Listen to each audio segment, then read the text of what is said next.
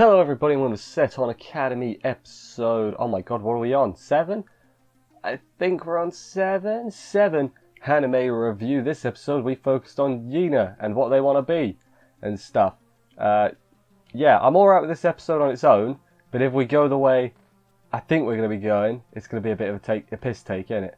I'll get to it, further in, but yeah, so far, it's alright, Discovery and all that.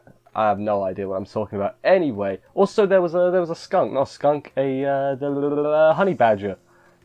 I don't care much for the honey badger character. I can't remember their name. Haven't written it down at all. Just skunk, not skunk, honey badger.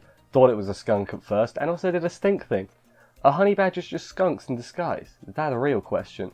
Asking them right now. Anyway, let's let's get into the episode. Leave that in. Let's get into the episode and see what went down and everything. Let's do this. Sorry it's a day late. So despite choosing to live as a female now, Yena, haven't figured out how to pronounce it yet, hasn't really changed much, still acting the same, still munching on some bones, like as you do, because bones, quite hard, not sure if you're aware. And then, she has a little thing, she's like, what is female? And then she sees Hitomi, and it's like, you are female, I'm gonna copy you. Meanwhile, the boss, Ranka's sister, is watching Ranka in the bush again. Also, this is where we get the skunk that wants to join the pack because the boss saved her once. Whatever. Also in the bush, Yena's there because she's watching Hitomi, so they're both being a bit creepy and looking through the bushes, really. A little bit weird. Why are you doing that, guys?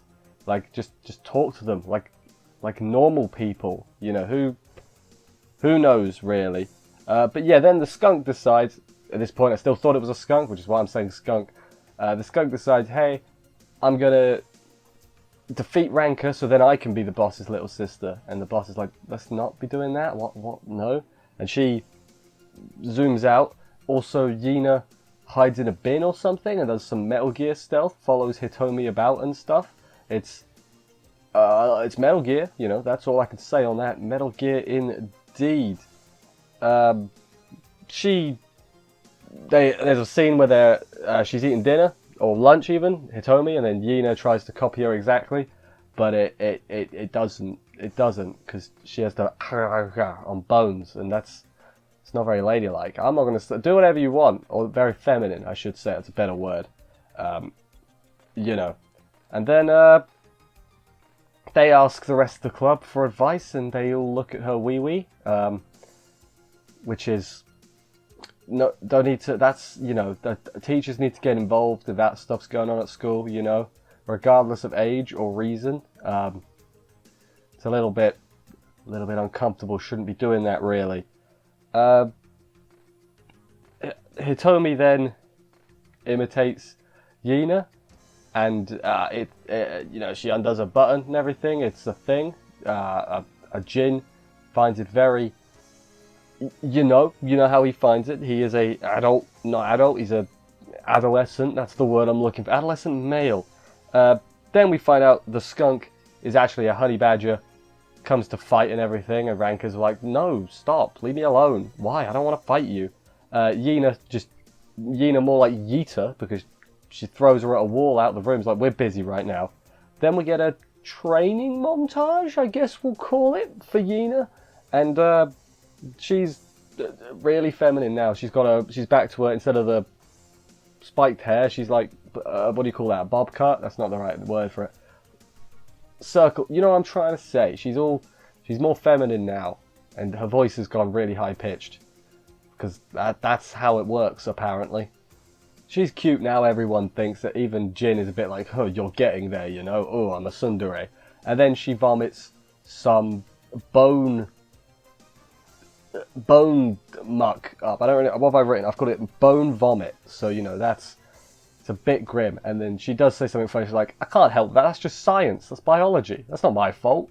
That's a funny line. Then, she cries a little bit because I can't be like Yena. No, not Yena. You are Yena. Like Hitomi. And then Mei, who is apparently the only intelligent person in the room, just decides, why not be a tomboy? And it's like, yeah, that makes a lot of sense. And then a gang of lion dudes all show up picking a fight basically, and the honey badger is immune to the lion dudes because they've got like protective fur or something. That's your science lesson for this week, and lions just can't hurt them or whatever.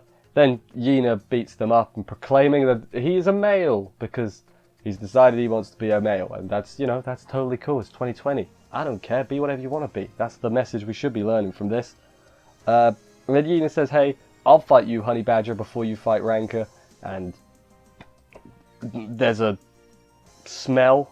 The honey badger's attack is like a smellicopter. That's a good name for it. It's like a helicopter smell. Smellicopter. I'm a genius. I deserve all of the medals. It hits Yena, and it also it hits Jin and Ranka, and they're both like, that actually stinks. Boss shows up and pummels the honey badger into the ground, which is a bit harsh considering Boss is this big and the honey badger is this big. So, you know, maybe a little bit harsh. And the honey badger's like, this is the first time I felt pain. And then, I can't remember who it is, but someone's like, what a weirdo, enjoying pain. And then you just see like Mei off to the side, like blushing as she's in pain. That was a good touch. That was pretty funny. I liked that a lot.